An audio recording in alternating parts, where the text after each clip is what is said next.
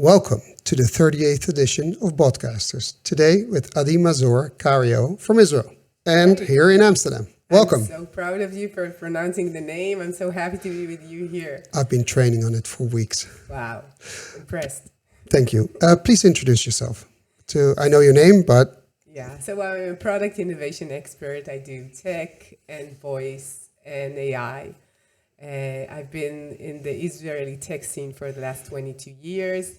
I've done so many things since then. We worked with so many companies. And actually, for me, the most important part is understanding what is the value that you bring to your end customers or users. And if you understand that, you can do anything. And how does that work? How do you get to the value they bring? So first, right now it's so popular to do research and to talk to markets and to just try to understand what's going on, competitor analysis and all of that, which is important. But you really understand people. In order to do that, you need to meet them. You can't say, okay, I'm building something, people would use it, I imagine they need it. It doesn't work this way. You need to go and really do the hard work and meet people and understand them. Isn't that the standard fuck up for startups or tech startups, that they build a brilliant product from the perspective of the product, and then the consumer says, yeah, but I don't need it. Yeah, and 98% of startups fail. I know all of the reasons is for that, but many of the reasons is because they don't build exactly what is needed, and they imagine what would it be, or what they want it to be, or what they want to build. And they're stuck in the technology and all the details, and many of the entrepreneurs come from technology, right? So they understand the technology and they get in love with the solution instead of being in love with the problem that they're trying to solve. So the idea, introduce fast, fail fast, that's part of your livelihood, or the way you look at things? Yeah, in general, I think that if you're a startup, you need to move fast. And because I work mainly with Israeli startups, they are very into doing things. It's very practical. Thinking is not that good. You need just to do things. And for me, it makes sense because first, I'm an Israeli, I understand the way they work. But it's good for a startup to go and meet the people, try something and see what is the feedback as fast as possible. Just try to do that. And if you don't do that, you're just wasting time, money, and resources on your way. So fail fast, pivot, and move on. Yeah, and leave the idea if it's not working. That's the hardest part, right? That's very hard for any entrepreneur, just to understand that it's not the right direction, not the right product, not the right solution. I read this book. It's called Chutzpah. You know the book. Yeah. And of course, I have a connection with Israel as well. But the big difference is in like in America, in Israel, it's not a shame if you fail. It's actually, what I read is that investors really like someone who already failed, because that's right. If it's a good entrepreneur, he or she won't make the same mistake again, and understands when to pivot and where to pivot, instead of just continuing and burning a lot of money. Talking about burning a lot of money, I saw a podcast about how much money went into AI this year, only generative AI, and I was shocked and appalled. Because I think companies are spending money, this is my opinion, left and right on generative AI, and they have no idea what they're doing. Did you hear about this French company, 3 French guys? They don't have a product. They have 7 pages of introducing what they want to do. And because the Europeans are very worried that everything would be in the Silicon Valley or the AI products, they say, okay, we need to build something fast. So they got, I think, 155 million, something like that in the first 4 weeks when they just gathered together. Wow. 4 weeks doing Dutch thinking, nothing, preparing, and they got that money in the first They have round. no POC, nothing? Nothing. They have nothing. They have 7 pages. I'm going to write 7 pages, get 150 million. Yeah. So they came from, I think, from Google, most of them. If I'm not mistaken. They have experience. So they're not stupid. They are very smart, but again, they could be the smartest people alive. They need to start something. And because everybody is so we need to invest, we need to do, okay, the race is here, but That's the point. Is it shouldn't be a race. It is. I know it is a race, but it shouldn't be a race. I look at the amount of generative AI applications that come out every day. I can't keep up anymore. It's crazy. And a while ago, we tested one that is based on GPT 3.5, I think, and it's called Chat PDF. And it seems very good because you put in the PDF, you can ask any question, and it will tell you what's in there, so you don't have to read it. Makes perfect sense, right? You would think. However, it was getting information from the LLM or the internet. We don't know because we couldn't see behind it.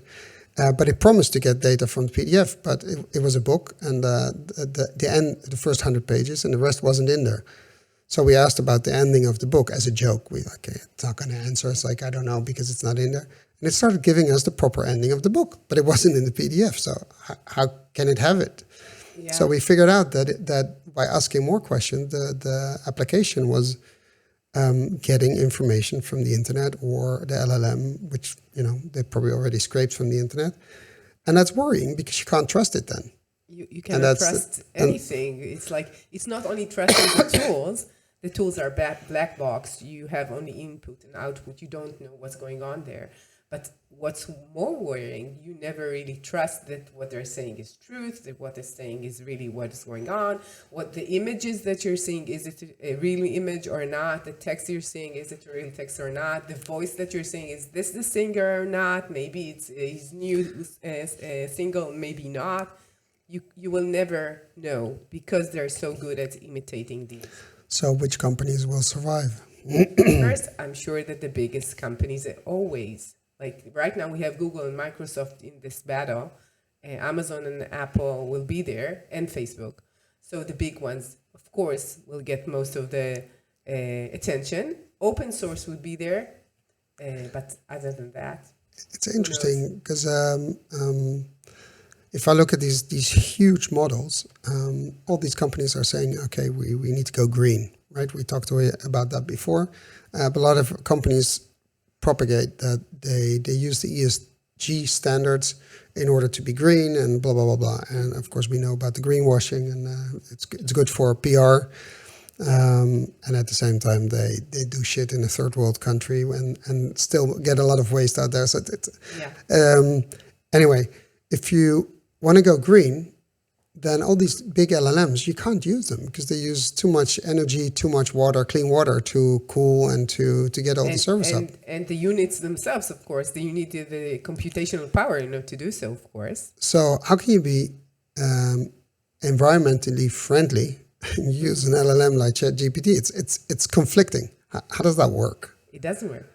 So you cannot be environmentally friendly if you're using this huge machine. Yeah, you're just thinking it's just a question. It's not just a question. It's a huge amount of data and computational power, machines. It's like, it's not only Sam Altman went and just thought with himself, what would I build? They need that. And one of the reasons they went from open AI, which is like an open source, this is why it's open AI, into selling commercially their ideas, because they needed more talent, which is expensive, and the machines, the power. So they need so much of these like resources. So if you think about that, you understand why many other companies could not get to that level of complexity. But having said that, and we go back to what you said, you think that the big ones will survive. Aren't the small and innovative companies, they will be snatched up probably by the big companies, but who build models that are actually environmentally friendly? So they do smarter, they find a smarter way to use an LLM to do what it has to do. And that's one aspect. The other aspect is security. You want to know about the Samsung incident in, I think, ChatGPT?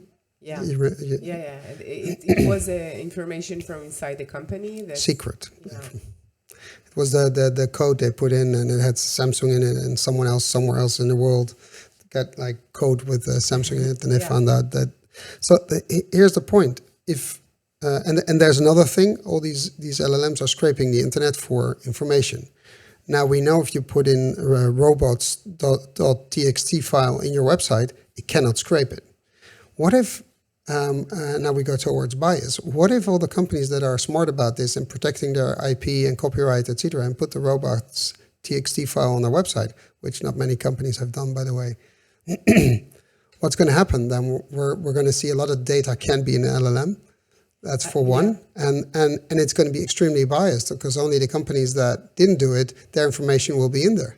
First, it is biased and it will be biased. And Always. It's like virus and antivirus. This is what it's like, an endless war of trying to find the vulnerabilities, to find the bias, to find ethical problem with it and fixing it. And it's like never ending.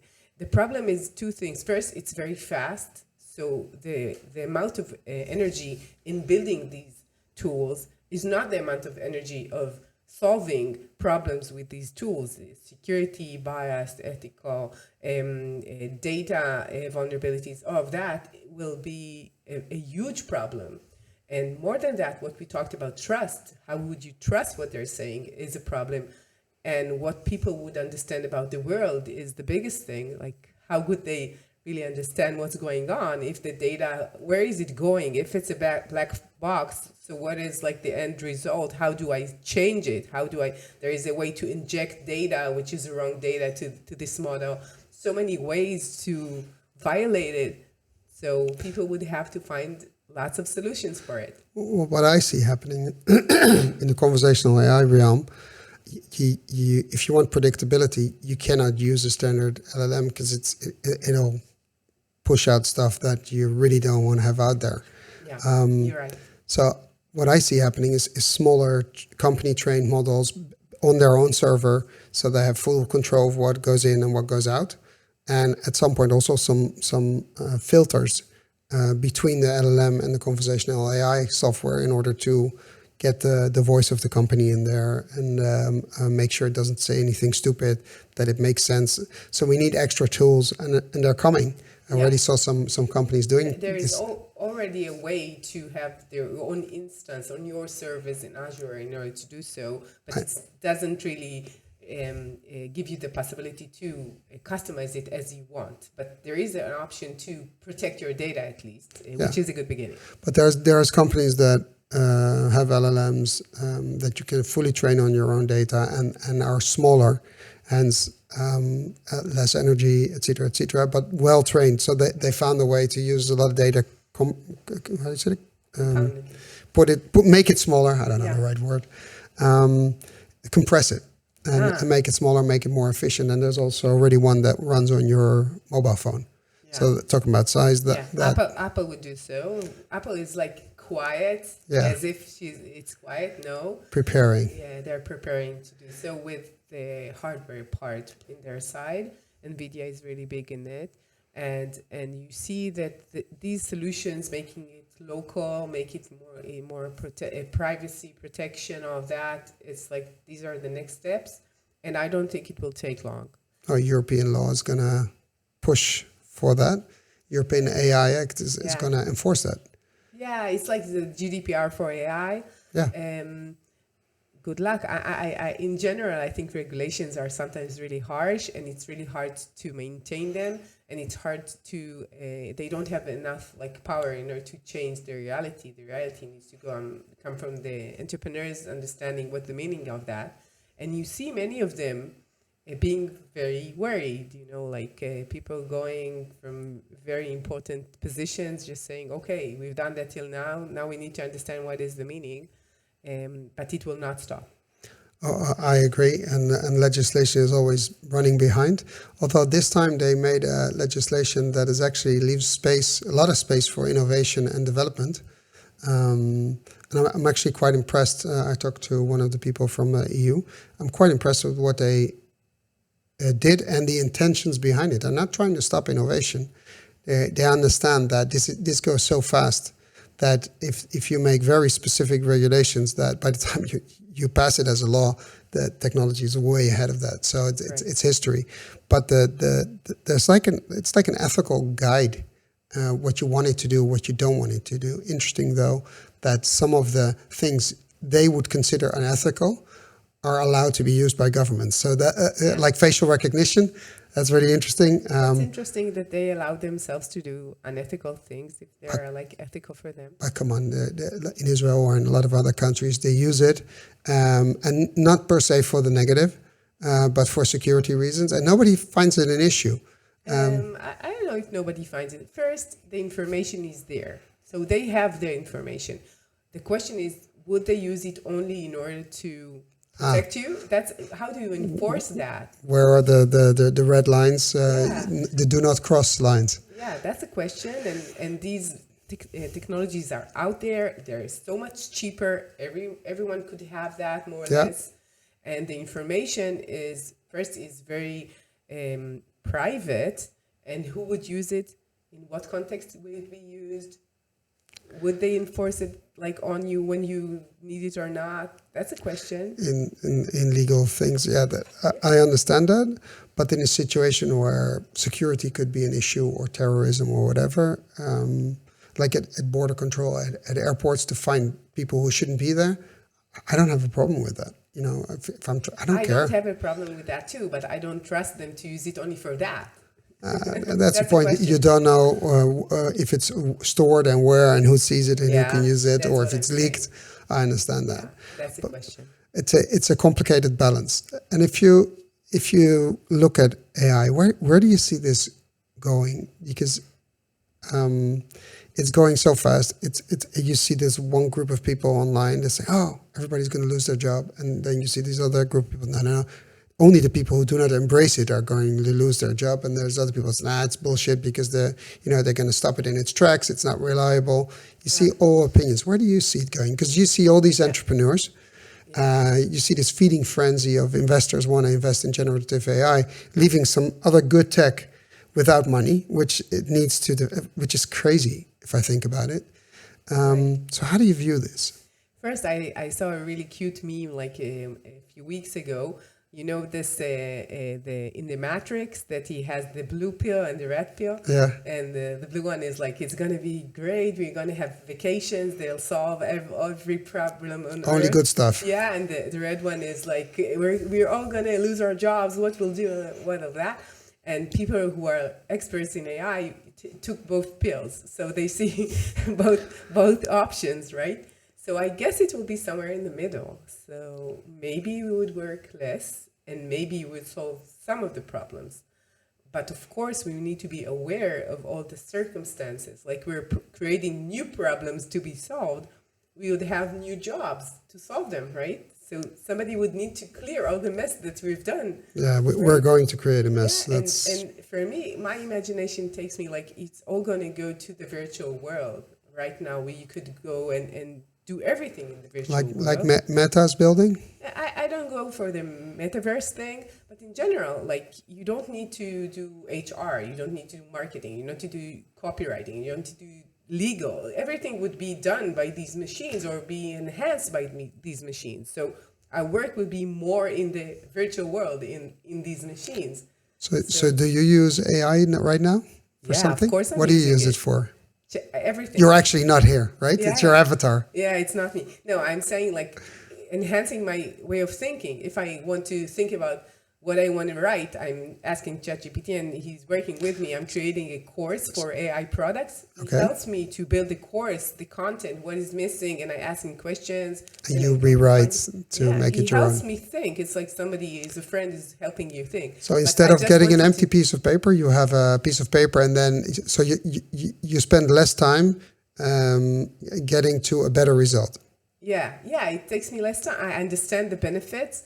I create images and all the visuals, and I use DALL-E, and I use more Midjourney than DALL-E. I think it's better right now.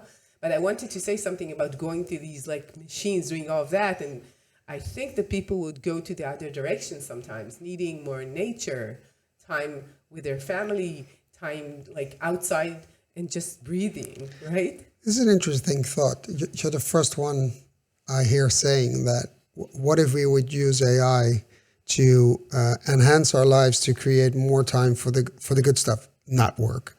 That's what you're saying, right? I don't know. It's my imagination saying like if everything is, I'm old enough to remember that people had not gonna ask diaries. I am 48. I said I wasn't going to ask. It's okay. We had diaries, we had business cards, Yeah. we had a phone with a line. Everything was really virtual, right? Yeah, In the real life, and now it's virtual, right? Yeah. So everything is moving to that direction, and now it's moving even faster. You could have your imagination. You know, I saw someone who created your photo album from all around the world.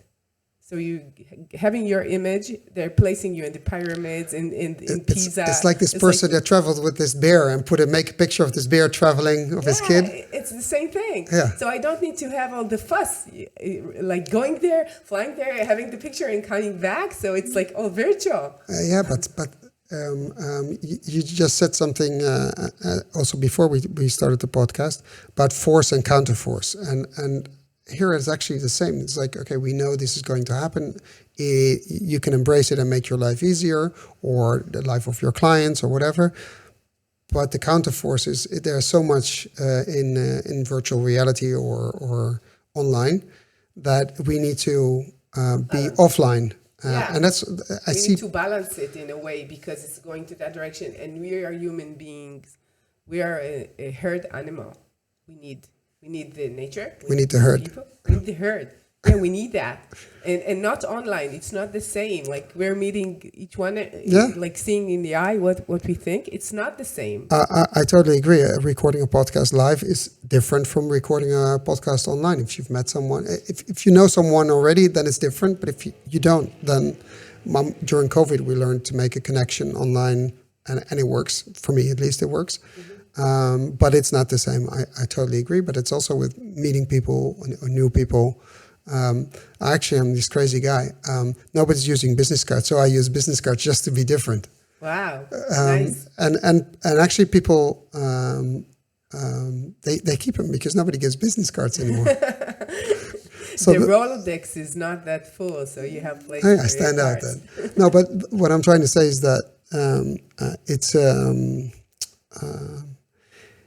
I think it's a wrong idea to think everything will happen online. There's this thing called real life, real people, and real connections. And I think that there's a generation that thinks that you can do everything online. I mean, look at Tinder or whatever. There's so many people that are not real, and I think that is a problem. And so many people are disappointed, depressed, etc. Instagram is one big fake story or TikTok, and people are actually getting sick of that. So I agree. There needs to be this counterforce, like, okay, put away the phone, disconnect. It's going to be more and more unreal content in general, unreal news, unreal people, unreal Instagram profile, unreal people on like in OnlyFans. You're going to have unreal people. Everything's going to be unreal. I'm not on OnlyFans. Me too, but I know that it's a really good That would be a story if we say, yeah, we know each other from OnlyFans, right? I'm sorry, it's not from there. Not for me either. Yeah, so this is what's going to happen. All the content, like what you have in like visual, in text, in what you think is a connection, it's not going to be the same. Yeah, and similarly, there's so much content being put out there that we need tech, AI, to help us get through the content. So it's like game without there's no ending. It's spiraling out of control and inspiring old tech basically, or I wouldn't say old tech, but the current tech is inspiring new tech in order to make our lives easier. But we complicated it ourselves in the first place. So it's a crazy process. But if you look at that, then what is missing in all the developments that are there? Because every company is moving in the same direction. That's what I see. Right. So what is missing? What space is not filled? I think what is missing is the understanding of what are you creating it for? Which problem are you solving? Yeah. What is the reason you're taking all this data and trying to I'm part of WhatsApp groups of AI people. It could be people from entrepreneurs and from companies, enterprise designers, whatever. It's like a group of AI people. And one of the persons, one of them asked, we have this flow in our company and we want to use AI. And I said, okay, why do you need that? No, it will be much faster. And I'm like, no, what is the benefit for the end user in order to use this specific thing? And that is the question. It's not like, yeah, it's a buzzword, it's a great thing. It's not good for everything. It's not a magic. It looks like magic for some cases, but you need to really understand what is the reason. Like talking about Midjourney, which is a wonderful tool. So I have one of my 4 kids. He loves art. So I said, okay, let's do something in Midjourney. And we sat and we had a wonderful hour, and he really loved it. And a day after, How old is he? He's 30. He had bar mitzvah like a year ago. So half a year ago. And I said, okay, let's do it again. And he said, no, I want to create myself. It's not fun that the machine is doing everything, all the fun. So just imagine that we have so many other tools creating this content, and who is going to look at this content? Like machines would look at a machine's content, like who's going to do That's what's happening. It's like, it doesn't make sense, because people love to create, and they love to do music and poetry and to paint and to, like, this is what they love to do. The human brain at work. Yeah, and they are very good in creativity. Like half a year ago, you would have said like, humans are really creative, machines don't have an ability to do creativity. No, we know right now that it's false. People think that they're very creative. They're not as creative as they think. It's funny that you say that because I had this discussion with my oldest son, and he said, you can only think of what you already know. I'm like, okay, what do you mean? He says, well, people think they are creative and inventing new stuff, but most of the things they've seen in a science fiction movie, or etc. And actually, so most people aren't that creative. They just repeat what they have already heard or seen, and then it makes perfect sense.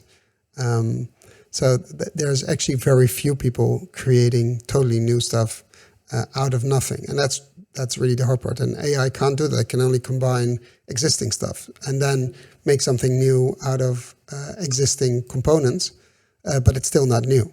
That's we think it's new, but it's not. Yeah. So those are not. In medicine, maybe you can do groundbreaking stuff, but that's because it can connect medicine to the DNA of a person and sort of matches that in a personalized medicine. But that's very advanced and it's still based on existing materials, but in different amounts or whatever.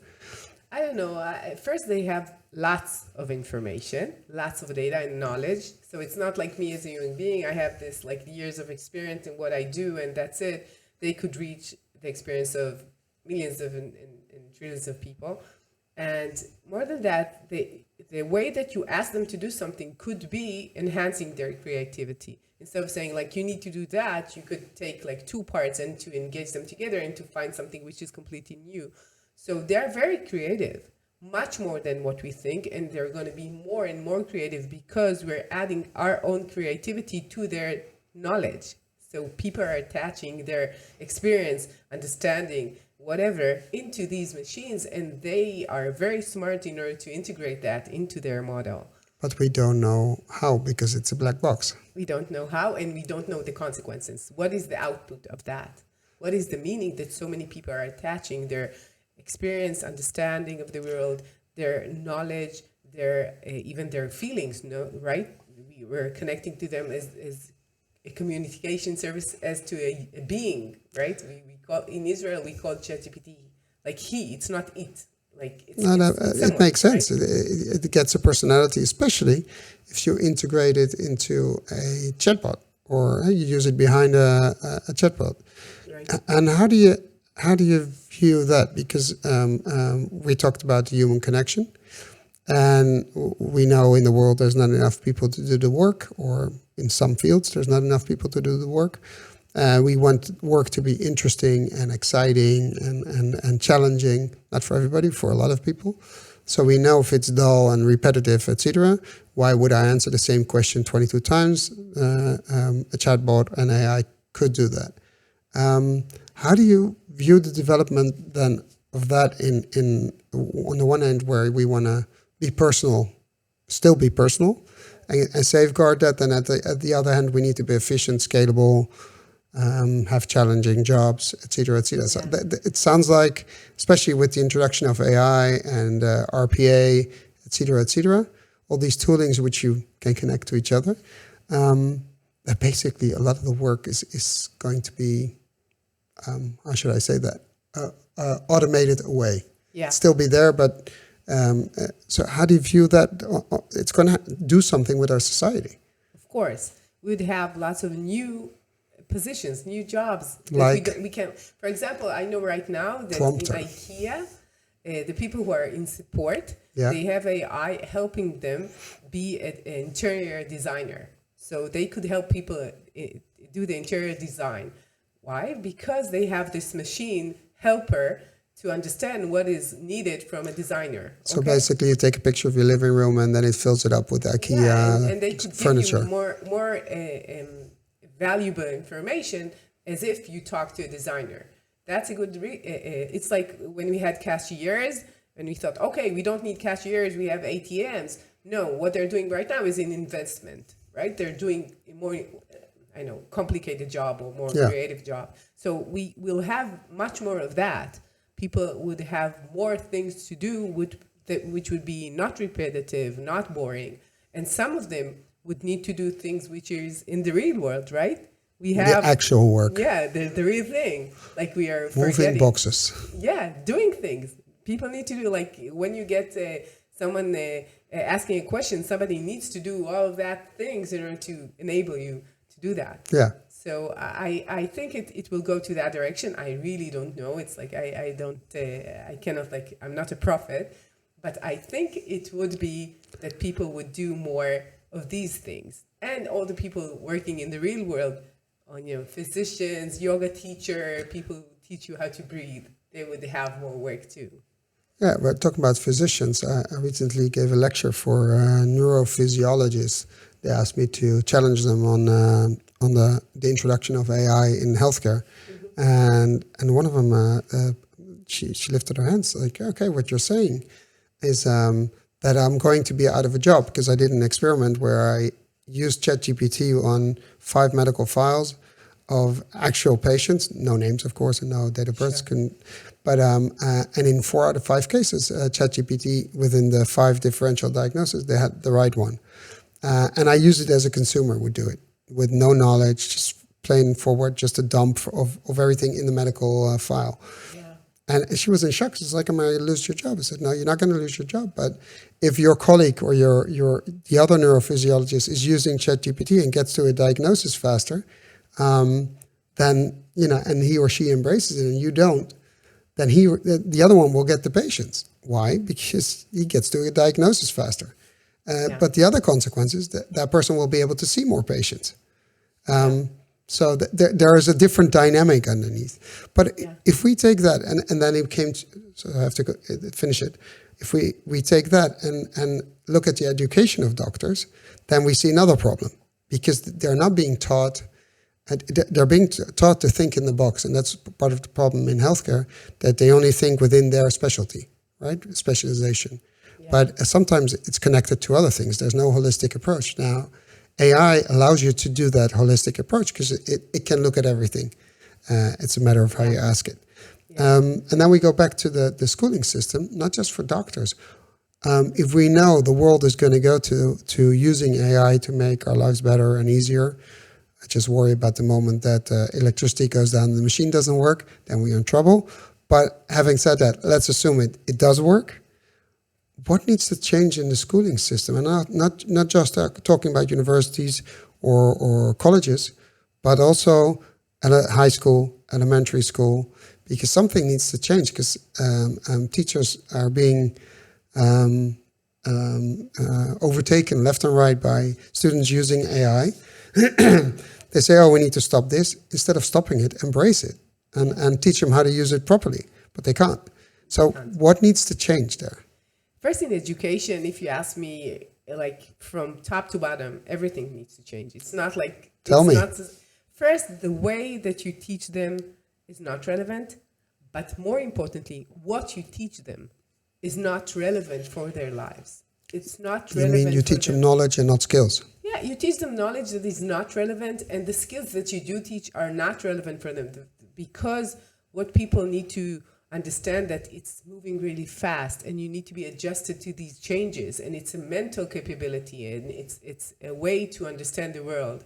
And if you just teach them something very specific, it will not be relevant. Even languages, which is very important for a person to elaborate the way that they're thinking and to communicate, of course, Yes. is going to be maybe less important because they could translate what you're saying into 50 other languages all at once and Press the button and here you it can is. just speak in your language and nobody needs to translate you. With the nuance of the way that you're speaking, everything would be immediate. Right. So what we really need them to understand is an unknown. So how do we relate to this unknown?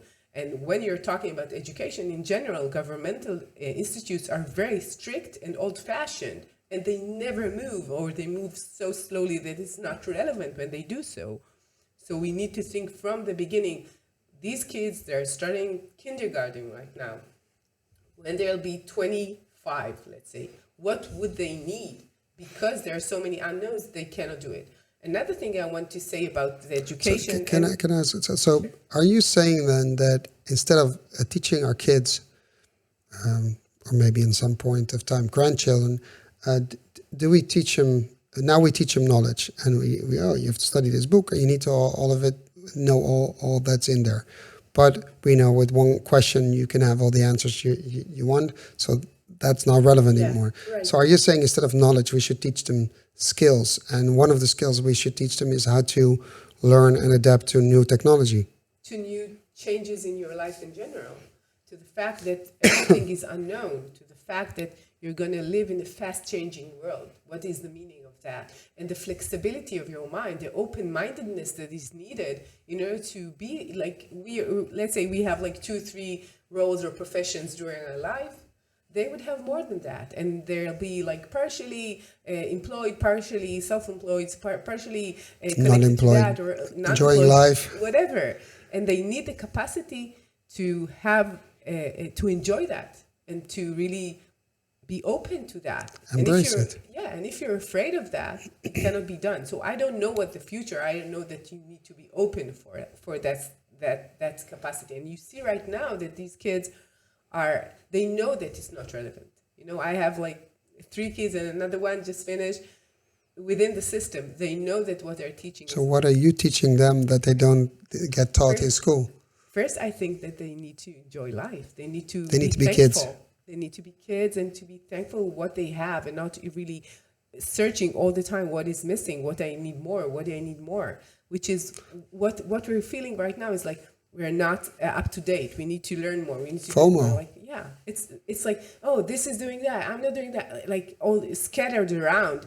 Instead, you need to be focused right now. Right now, everything's fine. That's the first thing, because if not, you're afraid of the future all the time, and life is unfolding, and now it's like unfolding faster.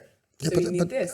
Aren't you saying that they shouldn't be influenced by social media and just live their life and not live the life people are living on social media? First, they will be in social media. Of course. I'm not that naive. But how do you understand what's going on there? Does that mean that this person has this perfect life? Is this the real No thing? way. Like, what is the meaning of the comparison between their perfect life, whatever, to your life? What is the meaning of that? How do you perceive all the information? And they have lots of information, very fast information moving through their mind. What happens inside you when you do so? It's a capacity that is so important these days. And if we're talking what is real, what is not real, what is real for me, it's the basic mental health capability that you need. And being open, it's not like there is only one answer. No, there are like 10 answers. Just think about it. There are so many possibilities. You need to adjust your life in order to understand that. So that's a capacity that they need. They need to know that what they know right now might be not relevant in a few years even. So they need to learn how to adapt. Yeah. This is what I think. And you asked me about doctors and teachers, like education and medicine. In both cases, I think that maybe the doctor, instead of like 80% of the meeting with the doctor, he's in front of the screen and just, typing really slow. So annoying. Instead of that, he could just talk. I saw an AI application for psychiatrists. And what they did is just talk to the patient, and they didn't write anything. And then in the end, they got a summary. A transcription of the conversation. But more than that, it was analyzed. Like, all the subjects, like usually they want to estimate if you are maybe suicidal, so they have the level, Sentiment what you said- analysis. yeah, and what was said and what was not, and connected to other talks, like and sometimes people forget what was said, and you get what was said, what is the analysis, everything was there, and you have more time to be human. It's interesting that you say this, because my a niece of mine, she works for an AI company in Israel, and it's about voice recognition, but they use it in the medical field where they create a baseline, and now a month before it happens, they can predict based on the voice analysis on the baseline, and you have to talk to your phone every day, say the same sentence, and it can analyze whether you get a certain heart condition a month in advance.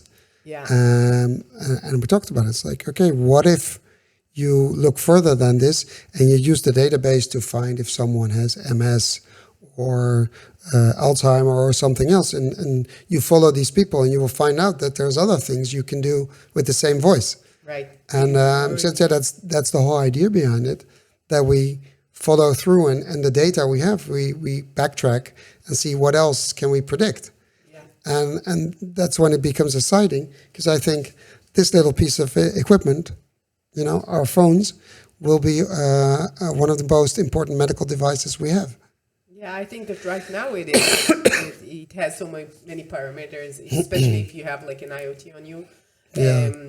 They know everything, and more than where did you go? Usually going like everything is in there, and where it goes, to the cloud, and analyzed. I think that what we know is that this data would be enhanced and optimized and utilized in order to understand our medical situation and our mental situation. Like when you have a good friend, you just pick up the phone. Like I'm from the generation who talks over the phone. Right now it's all texting. No, I love talking. So when I hear my friend with the first hello, I know if she's okay or not. Yeah, like these machines are so smart. They know your history. They know you. So they know if you changed. And the question is, what would we do with this information? The fact that they're more human than even us. Yeah, I saw someone doing a research, taking doctor's answer on a medical portal. And they gave like people the answers that they got from the doctors and AI answers for the same like question that we're asking this portal. And they needed to rate empathy and precision, something like that. Professional and empathy, something like that. And the AI got much more better grades in empathy too, because they have the understanding and the time in order just to relate to you. Like they wrote something that is very common. Many people do this mistake. Many people feel like that, like being empathic with what you're doing. And it will demand these doctors to look at the patients and really be human with them, which is a capacity that is needed right now in the world. Just be human, be kind, and that's it. And do you think conversational AI, chatbots driven by LLMs or other models, will be able to do part of that work? So if you look at a doctor and we get all this data from IoT or the phone, and then instead of the doctor getting the data and analyzing and then calling the patient, now you get a WhatsApp message. I heard you talking on the phone this morning and you didn't sound very positive. Are you okay? Like a mental health chatbot. Do you envision, it's not being done right now because it's sort of intrusive, but would you expect those things to start happening? I think they already start happening. And you feel that is the direction. The question is what would look creepy and what would not look creepy. And that's the question. How would people relate to that? Going back to what is the other hand, and like what is the end user need? Like sometimes there was this application that could enhance many people are lonely, so they wrote you like once in a while. And it was good for couples that he would remember her, he would send her like a heart, whatever, and he would remember to buy her flowers on her birthday, and somebody helped to enhance the communication and all of that. And it was great for the men because they really loved the fact that it didn't need to work that well. You don't have to think about it. Yeah, but the other side, when they understood that it was used by a machine, a tool helped them to do so, it was not that, like, they were not that happy. The question is, what would we feel like if somebody takes care of us and we know it's not a real person? Nobody really cares and nobody really asks us how we are and what needs to be done. Maybe instead of being more communication, like in social, we'd feel more lonely. That is the question here. That's an interesting thought. And then the other thing is, what if the tech doesn't work? What happens then? Because we don't know how to communicate anymore. Yeah, we don't have that experience. It's more than a skill. It's like you need to do it again and again and be trained. By the way, there was so hold on. So this is an interesting thought, because so that should be part of the skill set we teach our kids. Really? Literally, human to human communication. You're right. You're right. And here comes the other thing. If you understand human to human communication, you're extremely capable of creating a chatbot because you understand what is actually needed in the conversation. So it works both ways. You need this capacity in order to be in the world and to be and to feel connected and not feeling lonely, and to have a better life in general. So how do you no? What I see in a lot of countries, there's a lot of tech platforms, conversational AI, chatbot, etc. I haven't seen a platform from Israel yet. Yeah. How come Israel hasn't developed, or Israeli companies are not doing that? They develop the AI behind it, or LLMs, or other tooling, but not a chatbot platform. Why? I think it's connected to the fact that, as I see it, I think that in general, most of the companies, successful companies in Israel, are B2B. This is what they're doing, and the money comes from there. And they have this vision of what is needed in the enterprise, what is needed in companies, and they usually don't have like any interest in doing a B2C product in general. Most of them are not doing that. So the understanding of a conversation within the context of a company is different. And another thing, that although most Israelis would build something for the U.S. market, like most of the companies are building it for the U.S. market, I think that the understanding of the language in Israel is different than what people from the U.S. would think about. So I think this domain in general is like less important for Israelis entrepreneurs. They don't think about it. This is what comes to my mind. And how often do companies in Israel use chatbots? I didn't research it. Yeah, not that much. Maybe like big organizations, but small businesses, much less. First, it needs to be in Hebrew. There are not that many people talking in Hebrew in the world, and therefore the performance of these engines are not that good. Talking is like really, really bad, and the conversation is talk. So they use it, but they know it's not that good, and the end customers don't like it because it's stuck in the middle. They don't get what they want. They prefer just to have an email or a call, or just do a WhatsApp chat with their real representative. Yeah, and it doesn't really work in Hebrew because it's a very small, like you don't have that many people using it, so why would you bother building something so good? Yeah, but still, there's not many people speaking Dutch, a few more than maybe Israelis, but still there are platforms from Holland, and there are a lot of chatbots being built because companies see the value of the scalability. And my vision is that companies that invest in scalability in the times that they're doing well, they prepare themselves for either times where it's a little bit bad or not so good, where, well, hopefully not, but if they have to lay off people, they can still serve their customers properly. But if it goes really well, you can't hire fast enough and train fast enough. You need to scale. Yeah, so that's the other the other end of the stick. And there's not that many solutions out there that are actually in interfacing with a customer that allow you to scale. And Right. websites, to be honest, are not the solution anymore, especially if you look at LLMs, what's happening there, and everything becoming conversational. I think the whole SEO world and online advertising, it's going to be over. All that money is going to go somewhere else because it's useless in an LLM I where don't think you so. ask the question. I'll tell you, I'm not worried about Google search no. money. Okay, It'll go somewhere else. It will be there. It's not taking my ability to get to sleep at night. But in general, people would use these machines in order to enhance their customer support, getting services, e-commerce. Everything would be different, but the backend would be much different. The way that we communicate and what we need is the same as from chatbots. Just the solution will be personalized.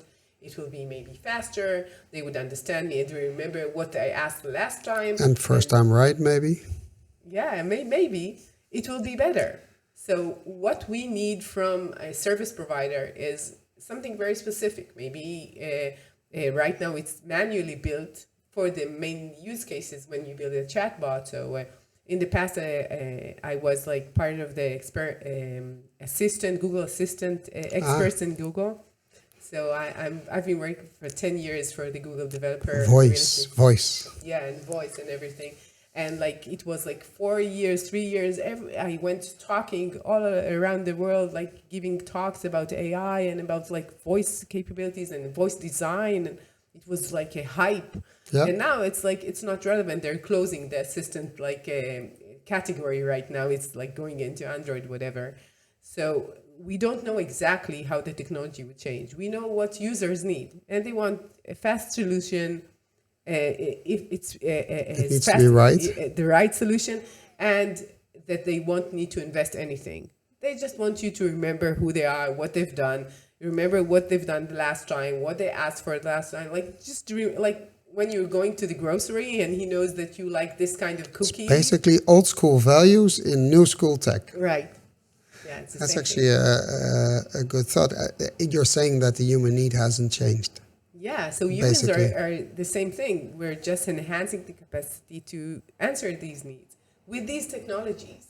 But you cannot educate. I've worked with lots of companies saying like we need to educate our users. No, you will not educate them. They don't will wanna be. educate you. Exactly. You need to understand what they need and you'll build the solution for them. This is how it's going to be. So how does that work? You come into a new company or a new client and they ask you, okay, help us figure out what to do or what the right next thing is to do. And they already built something. What are the steps that you take? I understand you talk to the customer. That's a very simple truth, and I fully agree. It's also when you develop a chatbot and you want to know if it's doing well. Literally, you ask the customer who's using it and ask for feedback. And everybody laughs when I say, no, don't do it over the chatbot. Call them. Yeah. And they're like, why? I said, because then you get proper answers and you can ask further and deeper. Right. And as by asking an NPS score, you get shit, nothing. Right. They give you the socially responsible answer, probably. Right. But what are the steps that you take to get them to success? So first, I'm asking them what are they building right now, and usually they have something like a MVP, an initial POC. product. They have something. They already have. They don't have an idea. They have like something which is tangible, and then you're saying, okay, so who is the customers and who is the end users? It's not the same thing. So if they're building something for insurance companies, they have lots of roles within the insurance companies, and who are going to be the first one that you're going to build something for. You cannot build like 4 different applications for different roles. So let's start with that. And we are going and drilling into what is this product for. And then we talk to these people, and I don't ask them what they need, what they are looking for. I ask them. They don't know. They don't know, and they will give me the wrong answers. I ask them what they're currently doing. So how do they solve this specific problem right now? And they would show me. I asked them, just share the screen with me. I want to see what you're doing. And they say, okay, I'm taking the data in here, and open the Excel here. I'm taking this Excel sheet, and I'm putting it here. And then I get the result that I want to get. And the question is, like how would you do that faster for them and with less fuss, and how do you solve that problem? And additional to that, we're taking that once in a quarter and we're showing it to the management. So how would that make them look good when they go to the management? What they're doing, they want to have their appreciation, right? So they want to show it to someone. So this is another. So it still needs to be their work. Yeah, they want to have this.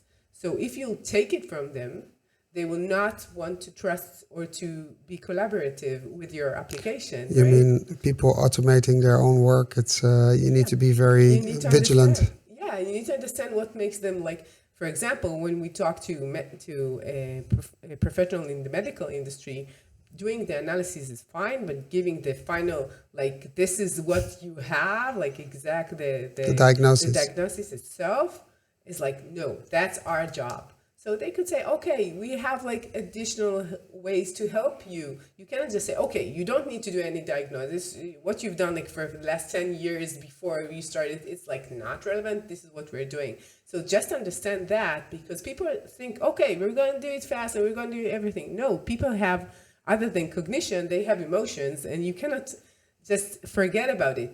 And for example, if we've done something for finance, the big banks have someone who's responsible for the bonds, for example, which is a like old, more like stable tool in order to use your money. And there only one person in the bank has this ability, which is very important. Actually, I know one of them. Okay. In Israel. Yeah, and usually they're very distinguished older men who knows what they want, because they had lots of portfolios managing like experience, right? They know what they want. So you can come to them and say, okay, what you've done till now, we're going to do better, faster, just take our tool. How do you know? Yeah, so they don't trust you. So in order to build this trust, it takes time, and you need to understand what is the objections. And AI would have these objections. People would not trust it at the beginning. They would not want to give their jobs away, just nothing. You need to understand that when you build something from scratch, and how do you overcome that in order to give them real value? That's the question. It's interesting that you're actually very careful with the AI part. It's when I work with a customer, all of them are shouting now, oh, we need AI. So why? What for? What is it going to do then? And then they come with a story and it gives the right answers. Blah, blah, blah. I said, yeah, but you don't need AI for that. What you need is a predictable outcome and a predictable customer experience. And if you can't, and we can't guarantee that with AI right now, it's a little bit too early. It's getting there though, and fast. But then I say you build a structured chatbot first, where it actually gives the answers to a few questions. Just make it clear, it does a little bit, and then expand it. And once it's successful, you have traction and all the customers like it. That is the moment you can introduce AI, because they won't run away, and you explain to them, oh, it's learning. So if it gives the wrong answer, connect them to a live agent, or take their data and say, we'll call you back, and actually call back. Don't send the chatbot. So make it a great experience. And companies don't understand. It starts with predictability and a consistent customer experience. And I think it's the same thing for employees whose work you're automating. It's like they need to be reassured that it's actually done properly and it gives them value. So start really small, let them experience it. It's like eating a new fruit or something. You know, you take a small bite to taste it. And then, oh, it's nice. You take another bite, and all of a sudden you've eaten the whole fruit. And I think it's the same here. You need to allow people to get accustomed to the change, and let them be the change, or be part of the change, and maybe even lead the change. And then you get acceptance. And it's the same for chatbot development. You know, the customer service agent, they need to understand that the customer is being served well in the way they would do it, and it creates space for them to serve customers really well, especially the complicated ones where they normally wouldn't have time for. Yeah, I totally agree. Usually I don't like only do chatbots. I create like applications which are a bit more complex. And in all cases, I say, like, let's start from the basics. It doesn't matter if it's going to be like a huge, like a CRM. It doesn't matter. Start from the basics, what they really need. And from what you build, which is like some kind of a POC or MVP or initial product, doesn't matter. You're just creating the connection with them in order to gather more information. So when you build something, you don't need to think like half a year from now even. It's like too far away. Build what you think is the beginning, and maybe it's not the right beginning. We have to at start least somewhere. you need to connect with them. Then they would give you the information if you listen really like in a good way. Just listen to what they're saying. You build it from there. You can't say, okay, I know exactly what you need. Give me trust me on that. I do everything. No, it doesn't work this way. You need to communicate with the end users and get their feedbacks. Oh, this is missing. This is not the right solution. This is like, we'll change it. And we're talking about flexibility. It's like the most important thing for an entrepreneur. Be flexible, be open-minded with what you build. Don't be in love with what you've solved right now. Be in love with the customer. Yeah. Or the potential customer. And if you look at the money investors are putting in generative AI and not in other fields. Somehow, sort of, I think a lot of companies spend too much money on pool tables, ping pong tables, and other fancy schmancy stuff instead of delivering value to customers and hiring too many people also. Sorry for a lot of startups.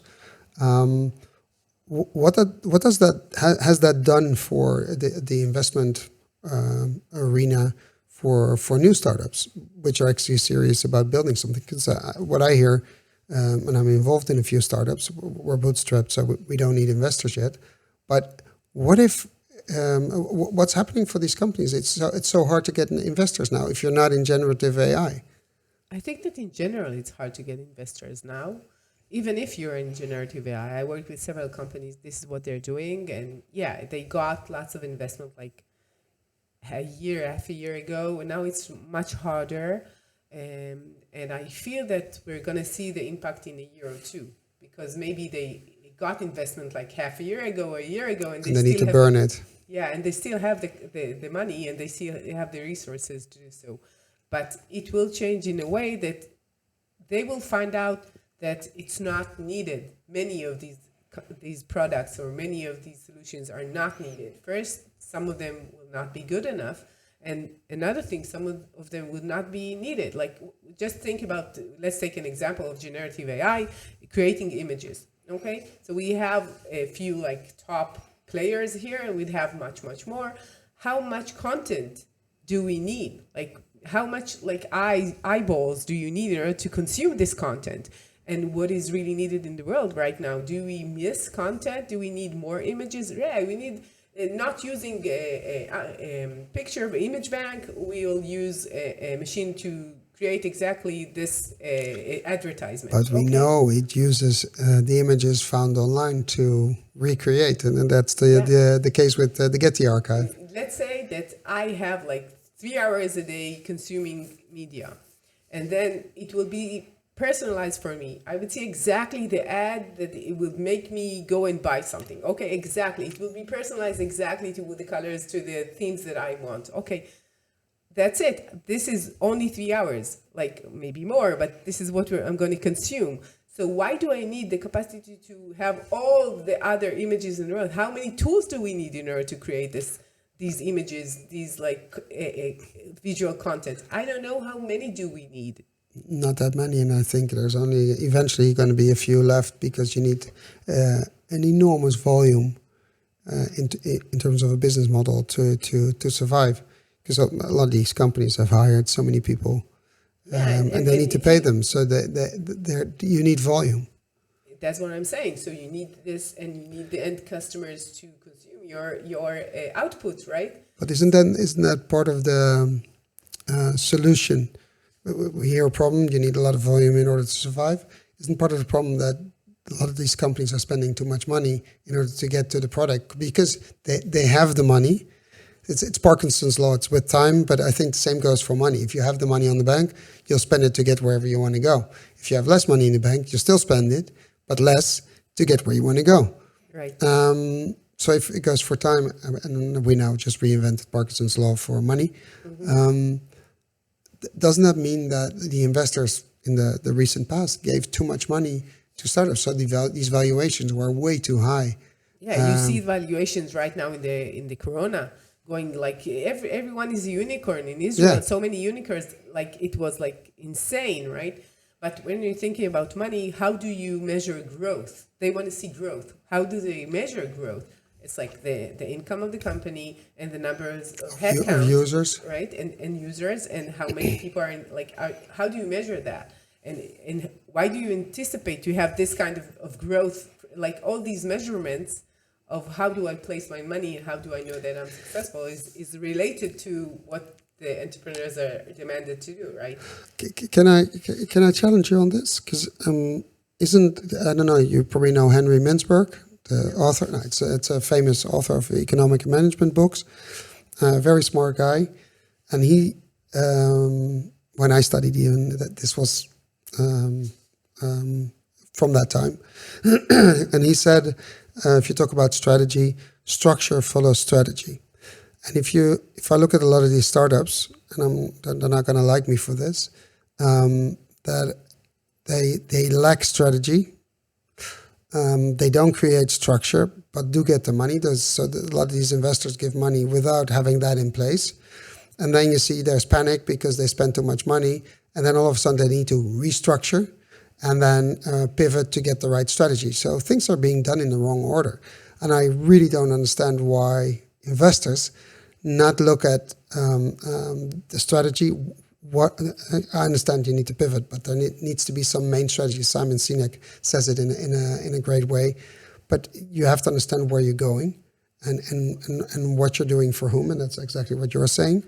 And at the same time, have a structure in place that allows you to grow, but not need to hire indiscretionally because you have the money in the bank, because that's what happens, right? They get 150 million, and all of a sudden they go to new offices, the most fancy schmancy desks, I don't know, entertainment, big parties. You can't even imagine. It happens, and it happened. But it's not being used in a proper way. That's because the Parkinson's law, it's in the bank, let's use it. Yeah, I understand what you're saying. I think there are two things come to my mind. First, I think that they're doing all this fast in order to get the talent, and the talent is like looking for these kinds of benefits. That's what they think. This is how they value if it's a good company or not. Although I don't think it's the best way to measure, but that's like, they're not asking me. That's one thing. And the second thing, like when you talk about strategy, I think that it's perceived as something too strict for a startup. They know that they will change. They know that the idea they start from would not be relevant maybe half a year from now. And when the investors are looking at these like young men, entrepreneurs are usually young men, that's a fact. They're thinking about what would make them a good investment in the roller coaster of entrepreneurship. They don't think about strategy that much because they don't have the resources for the next 4 or 5 years. They just have like, let's touch base with the beginning and start from there and then pivot and then like doing all the work in the trenches. This is what is really needed. And the vision, I know you could have a really great vision if you're Elon Musk and you're like people throwing like 100 millions about on your lap, whatever. But for entrepreneurs, the capacity to change is the most important one. I don't fully agree. I agree with the capacity to change, but it doesn't stop you from having a strategy, and that can be high over the idea. This is the value I want to give to a customer, but the way you do it, that's in the pivoting and finding out what delivers the most value. But if this is what you want to do, that shouldn't change. Yeah, I agree with that. But they start with, this is what I want to do. And then they meet the reality and nobody wants to buy it and they don't get clients and say, okay, we'll do something else. Yeah, but that's part of the problem, because sometimes you need to stick to the story and understand that if this is what customers want, you just need to figure out the right way to deliver that. But what I see, it's like going crazy. It's going left and right, and then, we need to pivot. Of course you need to pivot, but the idea of delivering a certain value to your customer or customers, that shouldn't change, because if you leave that out of the equation, that's why you started in the first place, because you thought that there was a value to be delivered and money to be made.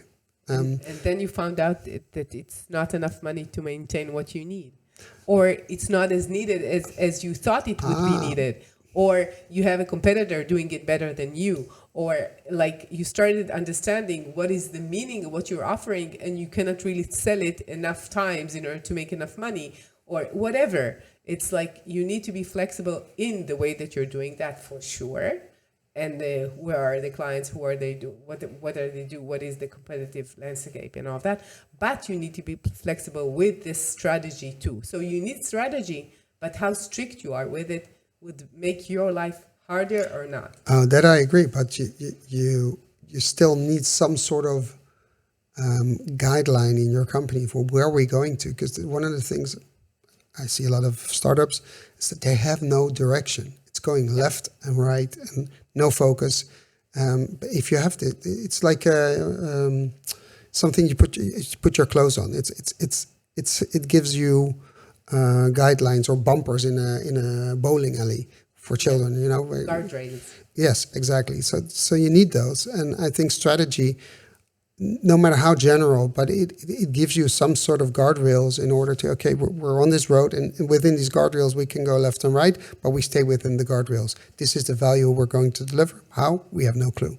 The customer decides. And I think very often it's missing. It's all about a product or a solution. Technology. Or the technology, but not about, okay, we're operating within these guardrails. Let's figure out how to use all this to get there.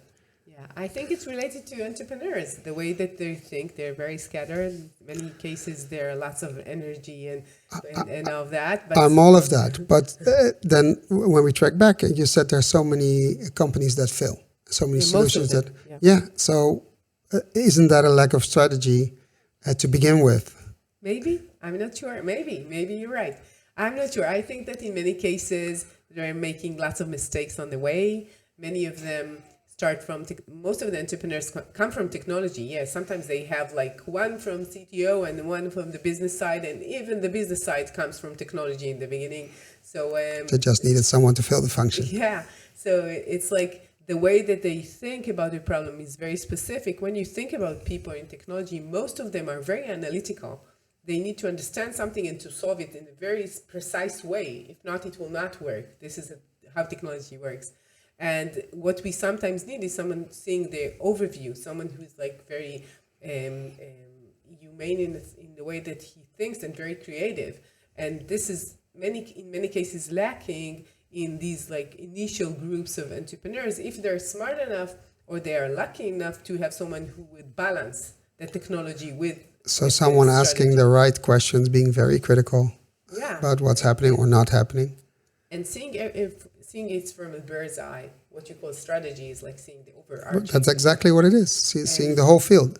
Yeah, and there are not many people that I know in entrepreneurship having this like way of thinking about things. But I keep wondering, why do investors pour in so much money with the lack of that, of the strategy part?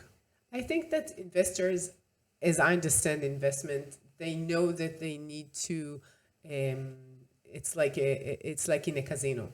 They know they will invest. This is the way they think. It is sort of Russian roulette.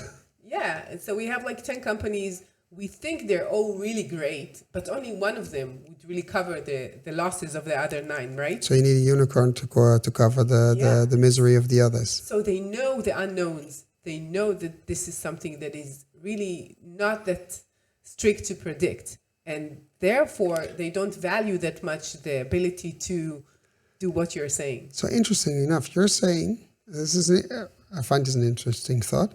You're saying that investors are investing in other companies with maybe shitty strategy or no strategy, just some technology or tech ideas or a product or whatever.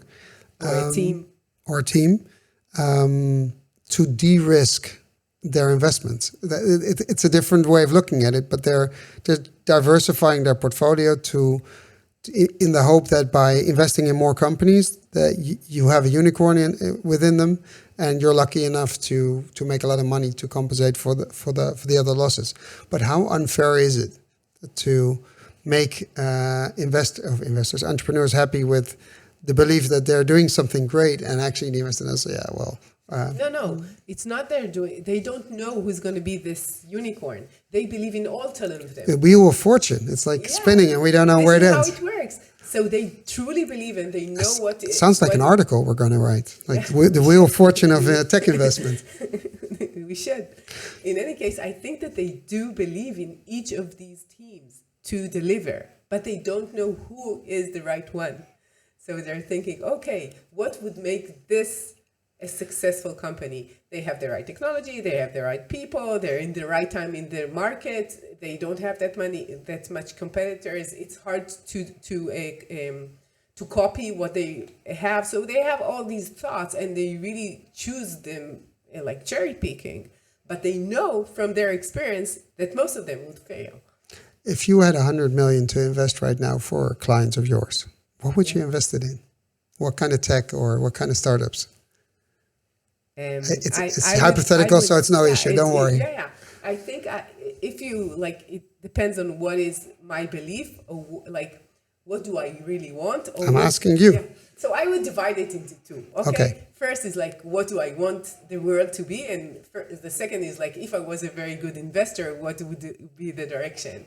So if you ask me about the direction, I would go with all the antiviruses for AI, for all the security, privacy, understanding what's true. The filters and everything. Yeah, the filters, the identifying what is done by AI, like all of that, like trying to balance what we just said about the AI going so the countervailing power. Yeah, it's like just understanding how can I really know that this is a true article, a true text, this is image of something which is real or not. This is what I would do as an investor. Okay, it's interesting. It's an investment against the investment. Yeah, so it's like the antivirus, right? They're creating it's not a virus, but the reality is like, how do you protect the reality or it's a cat and mouse game. Yeah. So that would be the first thing that comes to my mind. And I think it's related to many of the startups that I work with come from security. So it's like the way of thinking about the securing thing the other way around. And if you ask me as a person, I would go with mental health. This is what I would think is the most important. Interesting. thing. Yeah, it's like understanding the world, understanding yourself, understanding reality, understanding who you are here. This is what I would think about. So if there would be a mental health application, and there's already a lot of stuff happening where you have AI combined with a chatbot doing a lot of the work. And not the work of the psychiatrist or psychologist, but a lot of the in-between work. I worked with a student who had some mental health issues, and she worked as a trainee. And she said, I would have loved to when I'm going into a dark phase, that I know I'm going in there, and that normally I would need someone to talk me out of it. Okay. What if a chatbot was able to do that? Because it senses what you're saying, it senses your mood, and understands what you need. Yeah. And it's 24/7 available. You don't have to call an emergency line. You just type, help me. Yeah.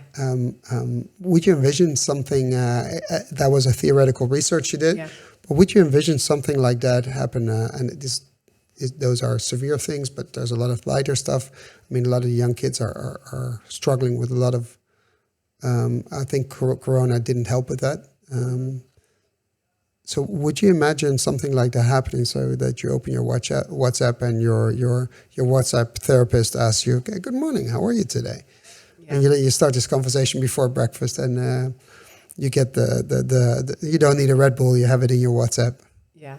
First, I think that there has been lots of beginnings for that, and we'll see it in the next year or so. It's not far away. It's FDA approval stuff. It's like it's already here. That's what I'm saying. And I think that in many cases, people need this mental health, and they need these providers, and we're lacking the ability to really get to everyone and to service all these people. That's for sure. But if you're asking me, like, what I said about mental health would not be a technology, I don't think a technology would really solve. We just saw that in the last years we have more and more technology, and the mental health is going really, really down. Are they correlated? Yeah, I think so. I think that the fact that we're in social media, that we're connected to the screens, we're always inside, that we're lacking the human connection is like technology would not solve it. It could help us maybe understand that right now we need to go out for a ride, or right now we're down, so maybe we should be more relaxed, and help us breathe and be less anxious. So it's not that it doesn't have value, it is valuable. I'm just saying that really in order to I know I wouldn't say cure society, but to get it into a better I think situation. it's actually cure society. I think society is pretty, Yeah, well, sick is maybe the wrong word, but we're heading in a direction where it's not too healthy. yeah. So when I said mental health, I didn't mean like to build a tool for it. I meant like what would be the best solution in order to really make people more connected. Less technology. Yeah, we could But you ask. can't invest in that because you Yeah. know, you can't invest in less technology. I don't know if it's less technology, but we need other solutions. We need a way to really have communities. We need a way to relate to each other differently. We need a way to understand each other differently. I agree, but if you look at the young next generations, in our young days, being part of a group of a community, that's normal, and you did volunteer work, etc., as part of that organization. Nowadays, to get young people to volunteer to do stuff, it's almost impossible. They don't. You think? And Well, at first, I really In Holland, it's a problem. I know, maybe in Holland. In general, I'm very proud and looking forward to what they're gonna do. They're so smart, and You're talking specifically about your kids, right? no, it's my kids and my kids' friends and the next generation. Like people think, oh, they're dumb and they don't know what they do. They're closed and they're always on their phone, they're texting, whatever. They're gonna do great things in the world, and they will do it differently than what we've done. We just don't know how. And as I said, like if they need more connection, they will find a way to do these connections. And if they need more communication, they will find a way to do so. And if we think technology is solving everything, they know it's not solving it. They grew into it, so they know that what is doing and what it's not doing. So they understand the world differently than I would ever understand. So I trust them on that one. And as I mentioned, I think that if everything is going to that direction, there will be a compensation and a balance, and they would do something else. They would find a way. If they work less, okay, they don't need to work as hard as us. Maybe we're working too much. Okay, maybe we're too like workaholics, all of us. Like maybe they would find a way to balance their life differently. Well, it's interesting you should say that. I think the next generation, we're talking about our kids, are very aware of the crazy rat race we all went in, Right. And the whole discussion about 9-to-5 jobs, etc.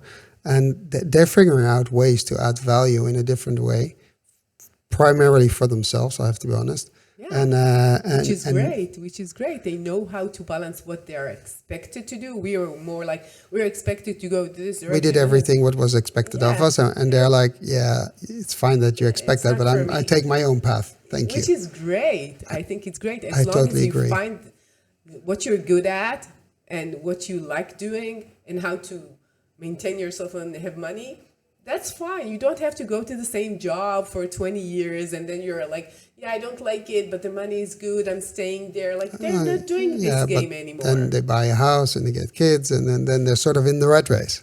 Yeah, of course, but it's in a different way. They know that they have a way to go out of the rat race and maybe do something which is partial, entrepreneurial, or do something which is part-time. They don't want to work all the time for these corporates that we were like, yeah, it's a good position to work in a corporate. No, it's not. I don't want to be there. And it's fine. They're so smart about thinking about I'm that. going to do a prediction. What do you think? I think the greatest talents we have, those are eventually the kids that find their own path and do the stuff they loved. I think that's where the greatest talents come out. I don't think eventually these kids or young adults will work for a boss anymore. They want their freedom. They want to live the life they want to live when they want to live it, with a partner or without a partner. It doesn't matter. And it's sort of a bit of the hippie period, but then with new tech. I think that's what we're going to see. I'm not talking about drugs, but I'm talking about living life, balancing tech and no tech, or low tech, where They understand you have to live the life in real or in a real situation and not just online. And I think that's what we'll see happening in the coming years, and that will lead to new and adventurous ventures, actually, of these young kids or young adults doing stuff. The son of a friend of mine, he figured out a way to, this kid is 16, 17, makes a fortune every year, still in high school, selling sports shoes, buying them online and selling them. And he has a nose for buying the right ones. I don't know how he does it. Yeah. And he's like, my kid, he works like nothing, an hour a day or something. He makes a shitload of money. Yeah. And so I said, yeah, that's the point. We thought always going to university or college, that was the way to go. So I now know, and I gave you the example, that's not true anymore. It's about, going back to where we started, it's about skills. It's not anything else I can look up. Yeah, and I can find this thing that he loves these shoes. He is eager to know more about them. And he understands. And he wants to know about it. And therefore, because he loves it, he's doing it so well. And then he finds a way. And all the YouTubers, they're some of them are not that good, but some of them are so smart. My kid is showing me the content there. It's Mr. Beast. Better. Yeah, Mr. Beast. Like, he doesn't like Mr. Beast that much. But for example, I'll give you an example. He loves chess. So there is this chess guy. He's young and he talks to them and he shows them, like, they send him their games and he is like commenting about that, and they have this interaction and they really love him. And lots of his friends going into chess because of this guy. Wow. And they love it. And I bought a masterclass, like the license. It's not a license. It's like you're seeing masterclass online, and they have Garry Kasparov. Okay. You say, like, Garry Kasparov is like... Yeah, for the people who don't know, that's a former chess master. Yeah, he's like really big in chess, right? And he didn't watch it. I told him, yeah, we have it. Like, I bought it. You could see it. It's not relevant for them. They want someone who's like doing these clips and laughing with them and relating to them. And their age. And they love this guy more than Kasparov. It's not the age gap. It's the way the content is built. This is like a very... it's like it's like very structured way of passing the information. What is the right moves? Like, it's very like, this is how we teach today. Rule-based. And they don't want this. They want it like to be spontaneous, to be fast, to be like, and they learn as much and they enjoy it. And I'm sure this YouTuber loves his job because everybody's like, just love what he's doing. And that's enough for them. It doesn't have to be as strict as we were, like going to college and having a degree, and then you're going to a good job, and then you get your salary, and you're going to management. And when you're 60, you said, okay, I wanted to be surfing, but I didn't have time because I was a big manager and got lots of money, right? No. That's one of my kids said, you work until you retire, and then you're too old to enjoy it, or you don't have the physical capabilities anymore. Right. And when you're old, like I have a friend, and she and we're so screwed. What? I said, we're so screwed. No, we're not. The fact that we're thinking about it is enough. But I was her babysitter, so she's much older than me. And her sister and her, when she was 50, they went together to Barcelona. And now her sister is 70 already. They want to go together to Spain.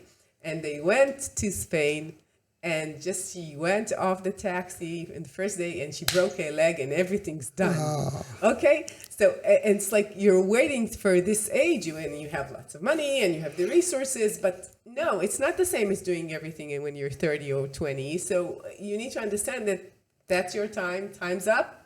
It's so funny because my oldest son, he says, I want to work hard for 10 years. And then after that, maybe no work anymore. And it's like my mother, she's in her 80s.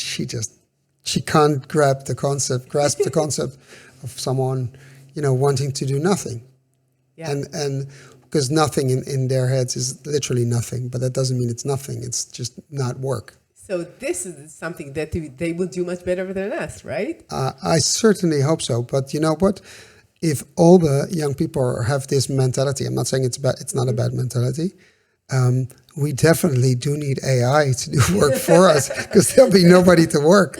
And who would pay for all the other years? That's the question. I have to say, I don't think people will not work. I think that they will balance their life differently because you need purpose. You need a way to. Can you only get purpose from work? I know. I think that when Where do you have get like, your purpose?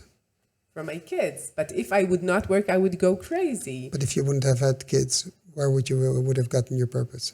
You have them. I understand it's a fact of life. But what if you haven't? I really don't know what would I have done. Like I'm so used to being with them. I guess that I would find a way to. I'm very curious and I love learning, but it cannot be only theoretical. It has to be something tangible. And then we're going back to creating something. And if it has value or not, it brings in money or not. I cannot just sit in Thailand with a glass. I cannot do it for a long time. So I guess that I would create something and I would make it as interesting for me. The journey needs to be interesting. But I don't know, someone just going on vacation all day, like for years, maybe they know better than me. I don't know. I don't have the answer either. I'm just curious. That leads us, well, sort of to a chatbot, which we are going to test. I found, we discussed what we're going to test. You said I would like insurance. So I found a Swiss health insurance, which was interesting because they were in English in the first place, which surprised me. And they have a chatbot called IQ, which sort of suggests that it's really smart. Okay. So it's called Svika, and it's called Svika Chat, and it says, do you have questions about Svika's products and services or about insurance in general? Chatbot IQ is available 24 hours a day to provide advice and support. If the answers from IQ don't help, you can ask for a customer advisor. Well, this is good so far. And then it starts and it gives us a disclaimer, a terms of use, and a privacy policy. And it's so much text, nobody reads this. And everybody will say, I understand and accept the terms of use. No clue what we're saying yesterday. What other options do you have? I hate when they do it, okay? Because first, nobody would read it. And even if I'm a lawyer, which is very, very bored right now, I would read it and what? What could I do? I will call them. I don't agree to this like specific sentence. What would be done? I fully agree.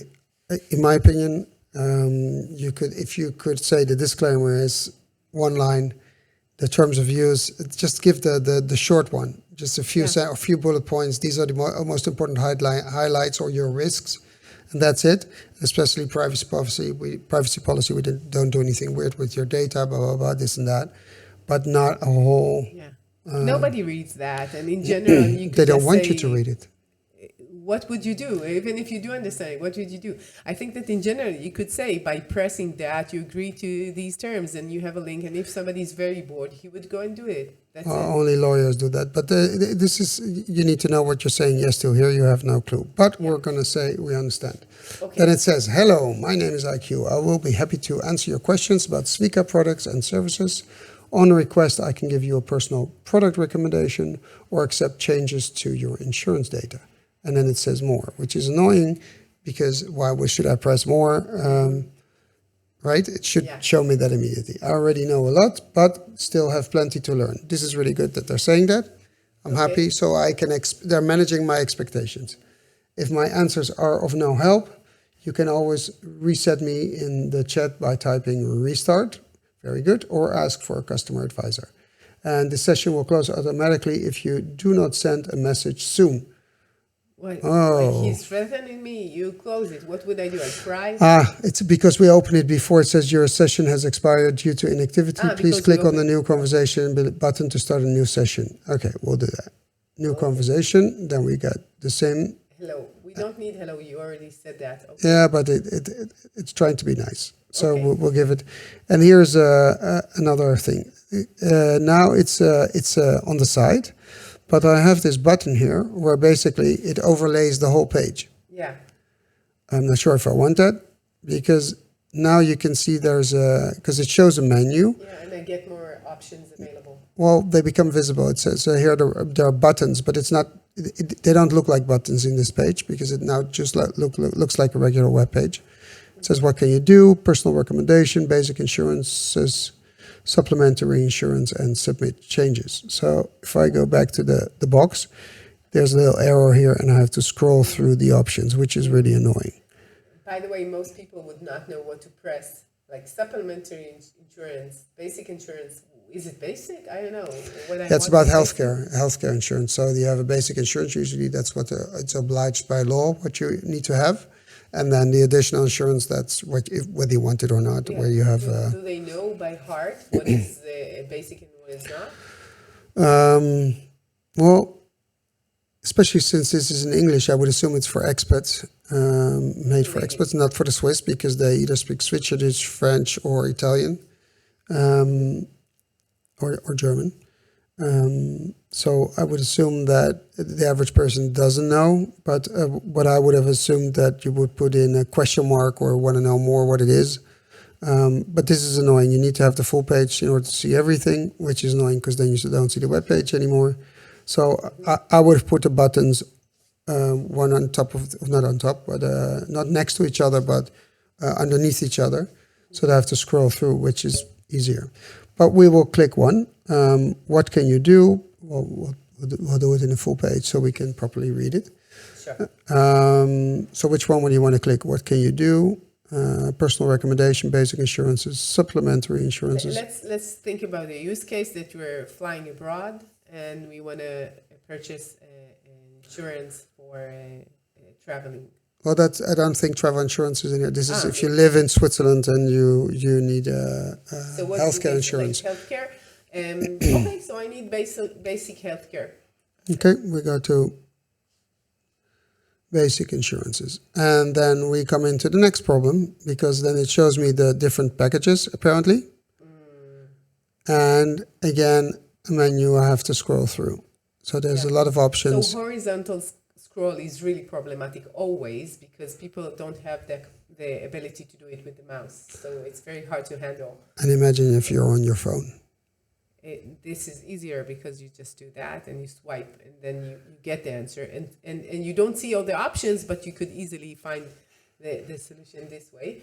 And another thing would be, right now we have 8 options, and each one of them has 2 buttons, and it's too much.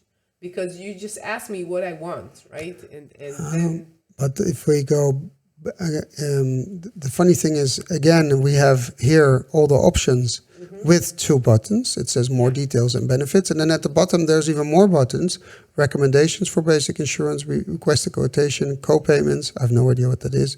Discount, what to do in emergencies, find pharmacy, medication, find a doctor. These are all options that are not relevant to what I'm doing here. Yeah.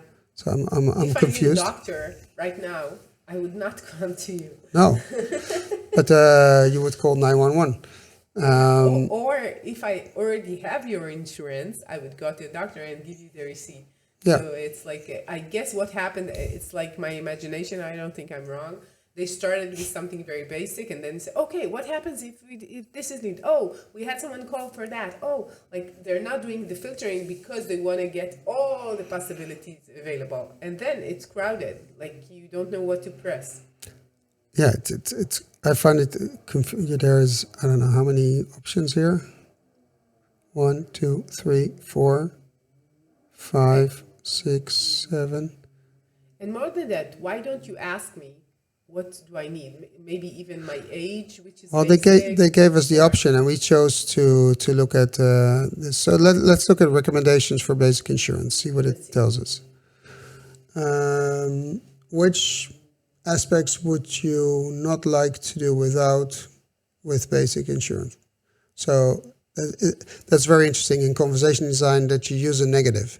Yeah, to do without. Yeah, but actually, but they mean, what do you need? What is the most important? What do you want to have? Yeah. You can choose up to 3 elements. So it's really interesting. It's not like to do without. It's the other way around. Exactly. So actually, what you want to ask me, what is the most important elements of my insurance? What do you really, really want in there? Yeah. So we want free choice of doctor. Well, what we want, cost-effective offer. Yeah. Do you want medical hotline, personal support? Let's say. Okay. Submit. And then it reduces the amount, it introduces more choices. Yeah. So there's 2 choices, favorite Medfarm and favorite multi-choice. I can choose more details, benefits like before. It says, do you have any further questions? What's the difference between more details and benefits? I have no idea. Nobody has. You want to, let's see what happens. I assume, let's do an assumption here. I assume that if you click it, that either you get a lot of text underneath, or it opens the web page to the product. Let's see. I don't know which one. Which one do we click? More details or More benefits? details. More details. We take the first one. Where is it? And it says here, the Swika Wow. It's like you don't know what you pressed. partner. Right? There is no connection between the text and this. Like you pressed more details for the favorite med farm, and now you don't know if it's for this or that. Like it's jumped. I have no idea. This makes no sense at all. Because it says here, the Swika partner pharmacy or Santé 24 health advice helpline is your first point of contact for all questions relating to your health. If the health issue cannot be resolved by the Swika partner pharmacy or Santé 24, you select your doctor from the comprehensive MedPharms list, which is reviewed annually. Interesting. I just asked more details. Okay, so if you press benefits, what will happen? Again, you don't know which one. Then we get a list. This makes We have a title. Benefits. Med farm benefits. So this would be more details. Missing a title in the first one. Yeah, but it in my head, this has no relationship to this package. It doesn't make any sense. Because of that, in here, the benefits, you have a title. You have a title and you know what they're talking about. But right? even with the title, the content wouldn't have been. And by the way, this is so important to have a button for it. You could have this section in addition to the benefits and just in the others. Why do you need two buttons for this small, less important thing? Yeah, and I think if you would see this on your phone screen, that would be way too much text. Yeah, it's very long. So it's not too friendly. And again, we get this menu at the bottom, and it's even too big for the web page. Yeah. So they're trying to put too much in there, or too much in this way. Let's try and type something. Yeah. Let's type which one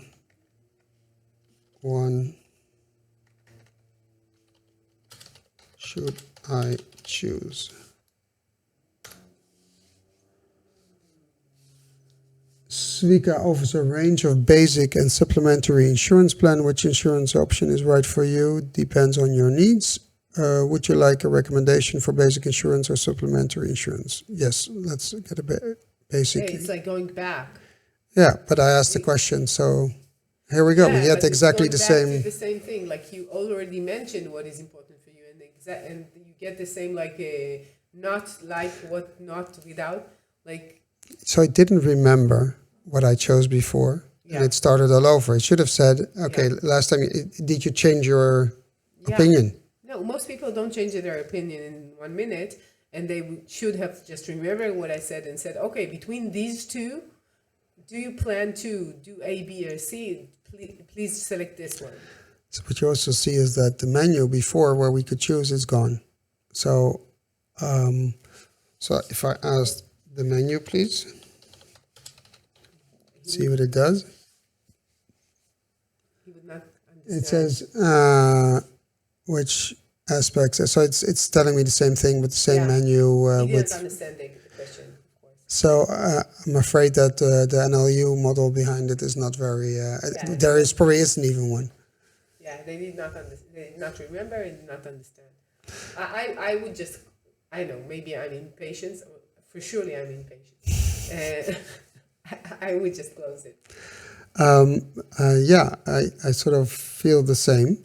But let's try and purchase. Let's see what it does. Because one of the things I'm an advocate of, to go from contact to contract. Now here am I talking to a bot, and I give unbelievable. I type purchase. That means you want to buy something. And it still gives me the same answer as the one before, where it just gives me the options that I have for the insurance. He did not understand what you asked for. No, I understand. What did it say when you empty the restart or something? Let's see. I don't remember. You've reset me. I reset her. Good. Or him. Now, what I find is that very few chatbots are capable to take you from contact to contract. I'm talking to you on the chatbot, and I'm basically giving a buying signal. I want to buy insurance. Yeah. And at no given point of time, they pull me through the process of buying the product. They just keep sending me information. And I don't want the information. Just get me the product. Yeah, And I think my money, please. I think that they need to have this like highlighted words like buy, purchase, okay, like let's buy it, whatever. All these phrases need to be highlighted in the fact like you had two options. Do you want this or that? Let's purchase it. That's it. By the way, you don't have numbers here at all, which doesn't make sense. I'm buying something. I want to know how much is it, and not in the additional details. I get it. Nor in the what benefits. I don't get it. Like, when do I show me the money, right? it should have given us a live agent already before because it didn't understand. I know. So I asked for options, and it says, I'm sorry, I didn't get that. That's actually new. Could you perhaps rephrase the question? And then it asked me to rephrase the question, and then it gives me the options, chat with a customer advisor or ask for a callback. This is really interesting. Why do we reset it? So it's a new conversation. And you ask me to rephrase. You're confusing me. Don't ask me to rephrase and then give me options to talk to someone, because I won't rephrase. I'll just press talk to someone. Right. At least that's what I would do. And I wonder if you would go out of office hours, if it would still tell me to chat. No. He would not give you that option. You would be stuck. Ask for a callback. That would be left. Yeah. I hope so. Well, we're in office hours, so we don't know. But let's ask it some basic insurance. Quote. You can obtain quotations and premiums for our insurance solutions from our premium calculator. If you would like a personal quotation, we'll be happy to pass you onto our customer service desk for a consultation. Chat with customer advisor. No thanks. Personal recommendation. We want a personal recommendation, because I think if we go to the premium calculator, we go outside. I can try. Oh, look at it. Look at how this looks. It's confusing. It has this green little bar here on the right. You would assume there's something there, but there's nothing there. So we try the premium calculator. See, and then it opens. This is really weird. Got it. So it says here, you can always reset me in the chat by typing restart. For quicker answers, please click on the suggestion below. Got it. Okay. So the good thing is we go to a different web page, but the chatbot stays. And then here we can calculate zip code, postcode, date of birth, gender, and we can calculate the premium. It's interesting. I don't understand why they take me to the page. They could just ask me the zip code and my date and gender. Like, why don't you ask me and let me know that this is what I need? And do the calculation in the background. Yeah, just let me know. If I'm in the chat, I'm currently in the chat. Yeah. So why do you take me here for 3 questions? It's not like a huge form that I need to add numbers or whatever. This is what I mean from contract to contract. You are talking to me, having me engaged. Why don't you keep me engaged in the conversation and have me do everything? Because from here, going to a contract, just fill out the details. Let's assume it's safe. It's so easy, right? For me. Yeah, I think that it's like too much information for a basic need. So I want to buy something. You tell me what is the criteria. If I want further information and dive into your details, okay, but most people don't want to dive into insurance. They don't really understand it. So you ask me, what's my age? What's my health gender? condition? That's it. This is what is needed. And then you tell me, okay, there are 2 solutions. Do you want this or that? Just buy it. So they need to be more salesy in that aspect, right? But you see this, by the way? Here's the regular page with the chatbot. And then here is the other page with the same chatbot. Yeah. That's really weird. Yeah, they opened a new one when you changed the page. I'm just curious what they put in with gender. Male, female, unborn child. This is really. It's. I never heard about the unborn child like as an option, but maybe you want to. I've never heard insurance for someone. Like, why would I buy for I know. I don't know that it could depend on the local laws. In Holland, children under 18 are automatically insured. So an unborn child that needs care is automatically insured, but it's not mentioned on the policy yet. It's so strange. If it's an unborn, it means that I guess that his mother is pregnant. So it would be like... That sounds logical, right? I know. I know. That's like too complex for me right now. This is interesting. I think they've tried to put way too much information in this chatbot, to be honest. And because of that, it's confusing and not helpful. Too many buttons, too much next to each other, not underneath each other. And I think they try to be thorough, but by being thorough, they sort of, you get an information overload, and you're not getting the information you need. Yeah, it's like too much. It's like you'd better have like 1 or 2 use cases that you do really well, and it's like the majority of cases that people need to do. And all the other stuff, leave it for later or in other circumstances. When you want to give too much, like 2 birds on a tree, it's better to have like one that you can see and then it's like too much. So if they would have had started with like an option, in 5 questions, we lead you to the right option. Yeah, I think it just makes sense to start a conversation and ask me exactly what I need. Because if I would have bought like shoes, you would ask me my size and my color, you give me the options, I would select and I buy one, right? And this is not different. Most people don't really understand their insurance. It's low interest. Yeah, okay. But in any case, I'm not a legal advisor. I'm not a lawyer. I don't really care. I just want to protect myself as fast as possible. And this is what I want to know. How much would it be if I want to protect X, Y, and Z? That's it. That's what I'm interested in. I'm not here for the it's not a social event, right? No chit-chat. No. But it's not chit-chatting, but it's just broadcasting too much information. Yeah, it's like too much. And instead of asking me what do you need in terms of information, and just give me that, and explaining me if you choose that product, then that and that is not insured and that is insured. Is that what you want? Yes. Okay, here you go. This is what it costs. I have to say that I'm not surprised that that's why I asked for insurance or medical or banking. These are like because when you think about these companies, there are lots of lawyers and people who need to protect privacy and to protect like the knowledge needs to be seen and all of these like extra information driven into the product creation cycle. Yeah. And therefore you get something which is very, very hard to handle and very complex. And if you would have started with what these people need, this is what interests them. They don't want to know too much information, too much rules and privacy information. That's what they need. They just want to go. It's hard for them. They don't enjoy it. Just give them a possibility to do it fast.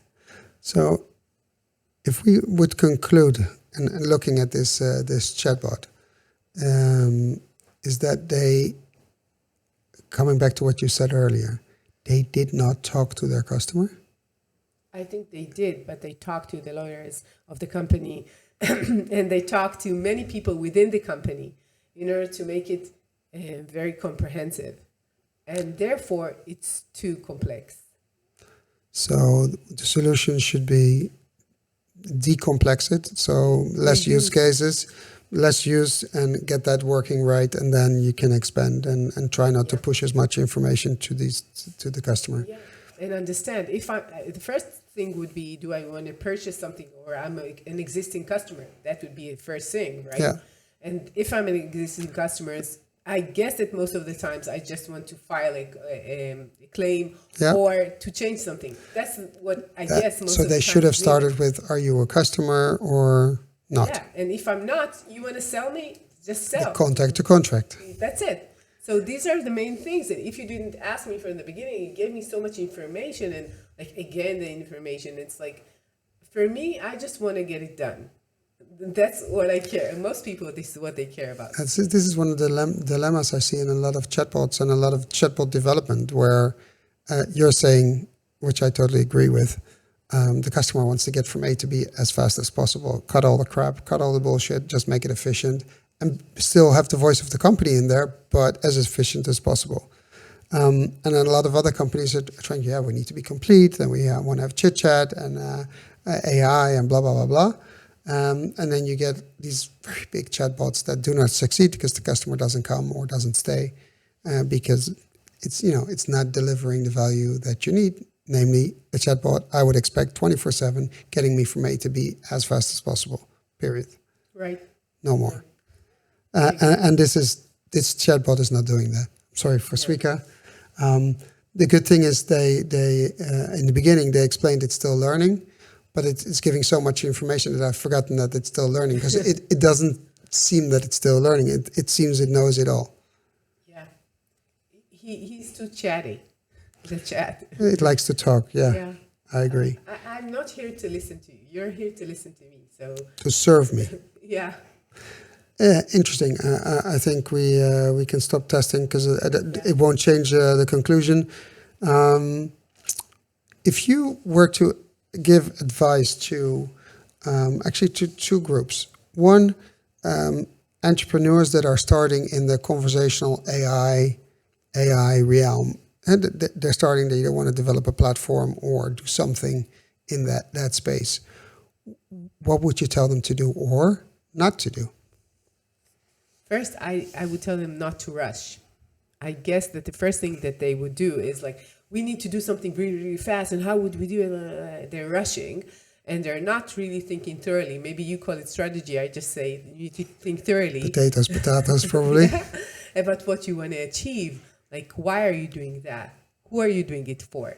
Start from the basic questions. Right? Yeah. And then once you have it, you need to question, what is the right solution? Is it really AI? Okay, if it's an AI, let's see what it means. Do you build it from scratch? Do you need third party? Are you using some open code? What are you really doing? And what is the circumstances that would be in the future? So what could influence you on that? So this is the basic. And then you go and you really understand what's going on in the real world right now.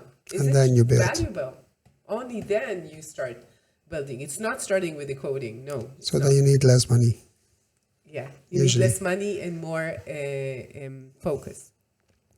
So that's what. Thank you for that. And what would you tell people that are already out there and they're having this product and or service and apparently it's not working or not working good enough, and they're burning a shitload of cash, but not getting enough income out of it or sales? What would you tell them? I think the most important thing is to think about it from the outside. These people are really inside their circle. They have people from within the company. Everybody's like within this loop of thinking. They need someone from the outside to understand with them what is going wrong, right? What is the reason for that? And sometimes they know it. Sometimes they think they know it. We need to put your phone number here now. Sure. In any case, you need to understand that. Only when you understand that, you know, okay, I need to throw it to the garbage or not. I need to change. What do I change? How do I go about when I understand that it's not working as I want? What is missing? You said something here. They need someone from the outside. Is that because the people on the inside are so, we call it navel staring in Dutch. They're looking inside and they're not capable anymore. They're so in love with their solution, they're not capable anymore to look at the customer. It's very hard for them to see it because they're inside, because it's like they're vested into this thing. They are in love with this baby that they call their product. And sometimes they get money in it. So then it's sort of the truth. And they're used to a certain way of thinking about it. And sales would say something, and marketing would say something, and product would say something, and technology would say something, and customer relations would say something. It doesn't matter. And there are hierarchy between them, who's more powerful, who's not. Like they have this like chamber of people trying to solve something. And sometimes when somebody comes from the outside, They see it a bit like in fresh view and a different point of view, and they are not in the hierarchy. They're not playing this game. So for them, it will be so much more valuable to see it and to have someone that they trust, of course, and they really honor what they're saying, to give another perspective on the problem. But aren't you afraid that that's suggestive? I realize that, but that if they're so invested in their own and they believe so much in their own solution, which sometimes can be right, and they have to keep up the work to get there. There are some of those examples as well. Sure. Elon Musk is one of them. Sure. The person or the people or the company that comes in to help them look outward needs some credibility in order for them to let go of their own ideas and biases and actually listen. To sit back and listen and let it all come in. I think that first they need to choose someone that they want to listen to.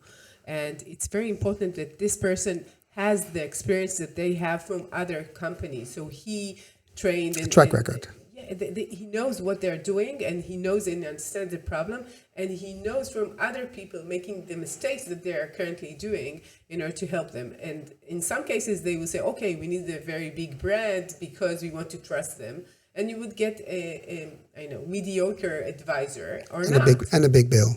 And a big bill for sure, but you say, okay, we brought them, they're the best because you believe in the brand. And sometimes you just need someone that you trust and you know that they have a way of thinking together with you and they have the experience and the understanding. It's not like somebody would come and say, ta-da, I know everything, and then I'm a magician. That's not how it works. Yeah, he needs to work together with you in order to understand the way that you think, the way that you understand your market, your product, your customers, whatever, and to think differently and what could be a way to gather more information, to analyze the information differently, and to get to a solution together. And for that, you need someone that you really trust, that they're smart enough to do that job. Interesting.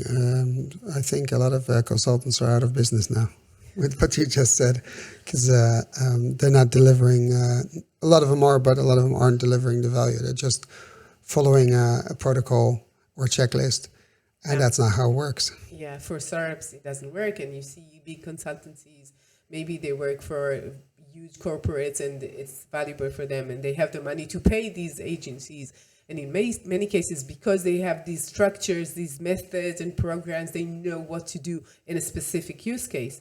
But in some cases, when you need flexibility, especially when you're a startup or a young company, whatever, and you're in a mess, you need the flexibility that would not go into these processes, these strict lines. You need creative brains to get you out of the mess. And to think together. It's not like you bring someone who's like so wise and tell you what to do. So we're back at where we started, which is a good thing, because we said creativity.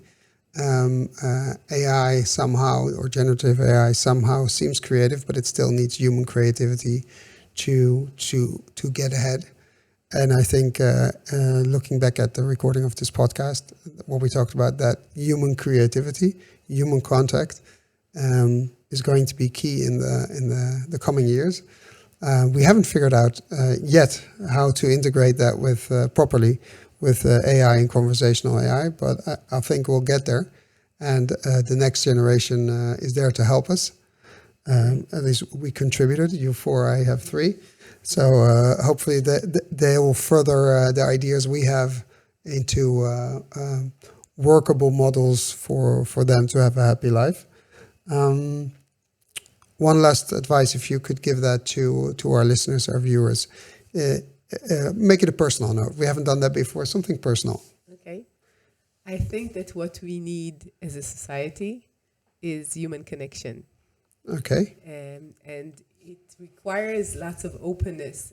People are hurt and closed and isolated and they don't trust. And in order to be more connected, you need this small crack in everything, like Leonard Cohen said, okay, there's a crack in everything. This is where the lights come in.